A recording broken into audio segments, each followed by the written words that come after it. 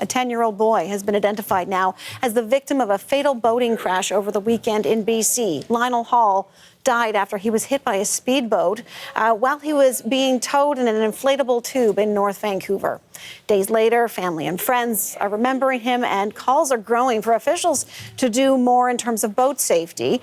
Jessica Chung is here to tell us more about this. So, Jessica, just start with Lionel. What more do we know about him? Yeah, so Lionel was 10 years old. He actually would have turned 11 next month. And of course, condolences are just pouring in from family and friends after this tragic incident happened over the weekend. Now, we spoke to a family friend that spoke about Lionel. He said that his mother, Shelley Klassen, called him larger than life itself. He said his father, Jason Hall, also said that he was a gift, bright light for everyone in their life. Now, this family friend, Karina Robinson, also said that Lionel was super active. He loved soccer, he loved rugby, track and field. And, you know, she spoke actually of the impact of Lionel on the people around him in a backyard of the Hall family home. And here's what she had to say.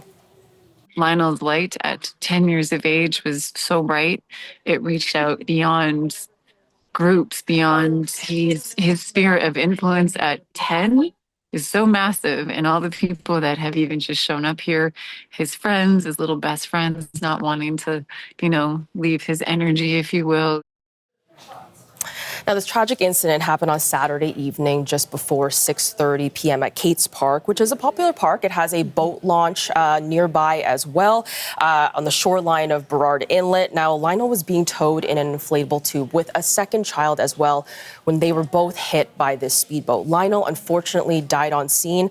The second child was airlifted to hospital in serious condition. Now, North Vancouver police say that the driver of the speedboat was arrested shortly after the incident and that alcohol and speed are part of their investigation. Okay, do we know anything more about the man who's arrested here?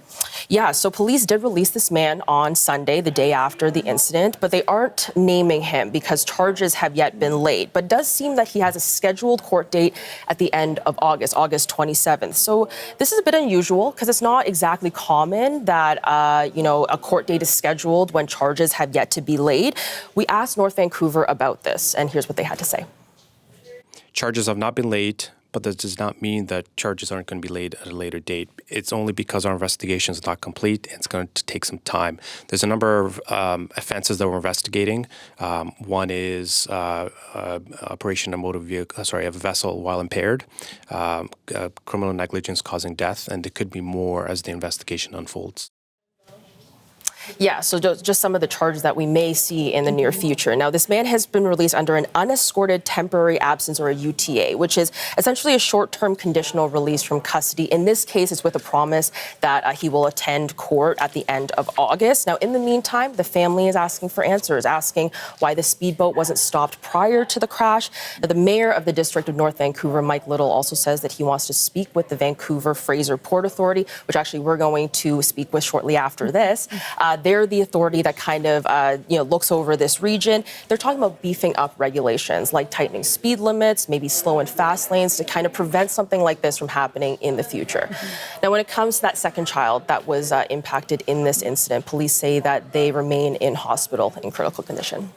Jessica, thank you for that. Yeah. And as Jessica mentioned, yes, we are going to now follow up on those calls from the community to tighten up the rules in the Burrard Inlet. And Sean Baxter is here in studio. He's with the Vancouver Fraser Port Authority's Harbour Master and Director of Marine Operations, joining me now. Thank you so much for coming into studio. Thank you. This is tragic. Almost unbelievable if you're a parent to hear that something like this could happen. Tell me about your reaction. Obviously, you're close to this particular water. So immediate reaction is that our condolences are with the families, all of the families that have been affected by this tragic incident, and are really thinking about the child that remains in hospital and his well-being, his or her well-being. Also thoughts with and appreciation to the first responders that responded to this incident on Saturday evening, and for the toll that it takes. The Vancouver Fraser Port Authority is an agency responsible for vessel traffic management in Port of Vancouver.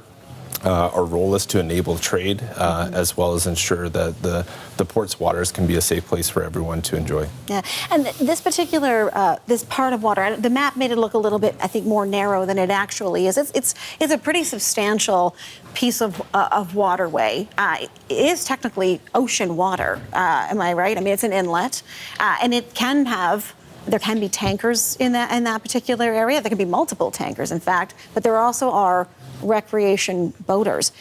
I'm familiar with this area. Are there more recreation boaters in this? I mean, the water is also quite cold. Like I say, it's ocean water. Yeah, the waters of the Port of Vancouver, including off of Kate's Park, are busy multi-user waterways. In addition to deep-sea vessels, as you mentioned, there's domestic marine traffic as well as recreational users that are on the waterway every day. Trade through the Port of Vancouver is growing, as is the presence of recreational boaters on the water. This is an increase that we've noted over the last several years, and we've increased our efforts to educate the recreational boating community, as well as inform them of how to safely operate on port waters. What are the rules around recreation boating? I'm familiar with, lakes in Ontario where you're required to have a boating license. I don't know how many people do or don't, but that is one of the requirements.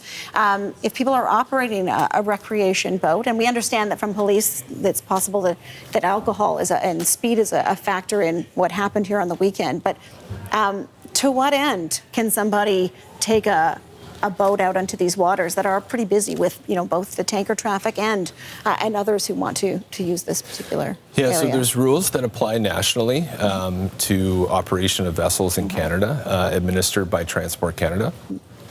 So those rules do apply in the Port of Vancouver, and those pertain to the construction of vessels, the licensing that is required. Transport Canada is the agency that sets those requirements, and in Canada as well as the Port of Vancouver, you do have to have a license accredited by Transport Canada to operate a vessel.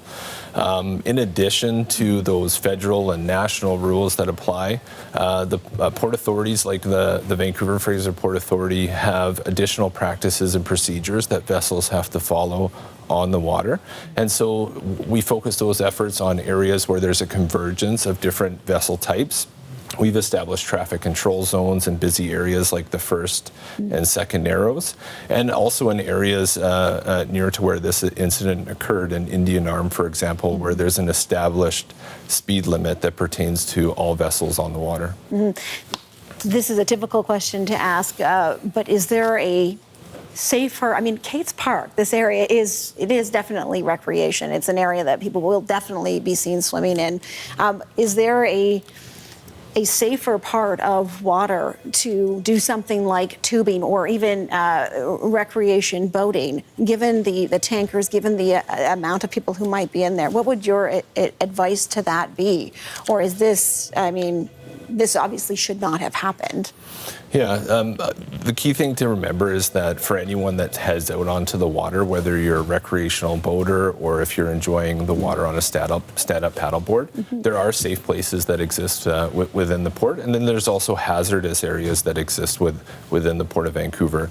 So we compile this information, make it available to the public through our Boater's Handbook. This provides tips about how you should prepare before you go out on the water. Very importantly is that you understand where these areas are safe to, these activities are safe to occur, and where you can expect to see other hazards. In addition to those tips, there's guidelines on how to operate safely in the port, including a lot of information around the speed-restricted areas that is be mindful so that everyone can enjoy the water safely. Yeah, it's definitely a different waterway, a different kind of waterway that we're talking about than, say, as I say, I point out a lake where you might sometimes see this. There's a lot of different kinds of traffic happening there. Sean Baxter, thank you very much. Sean Baxter is Vancouver Fraser Port Authority's Harbour Master and Director of Marine Operations. Thanks for coming to the studio. Thank you.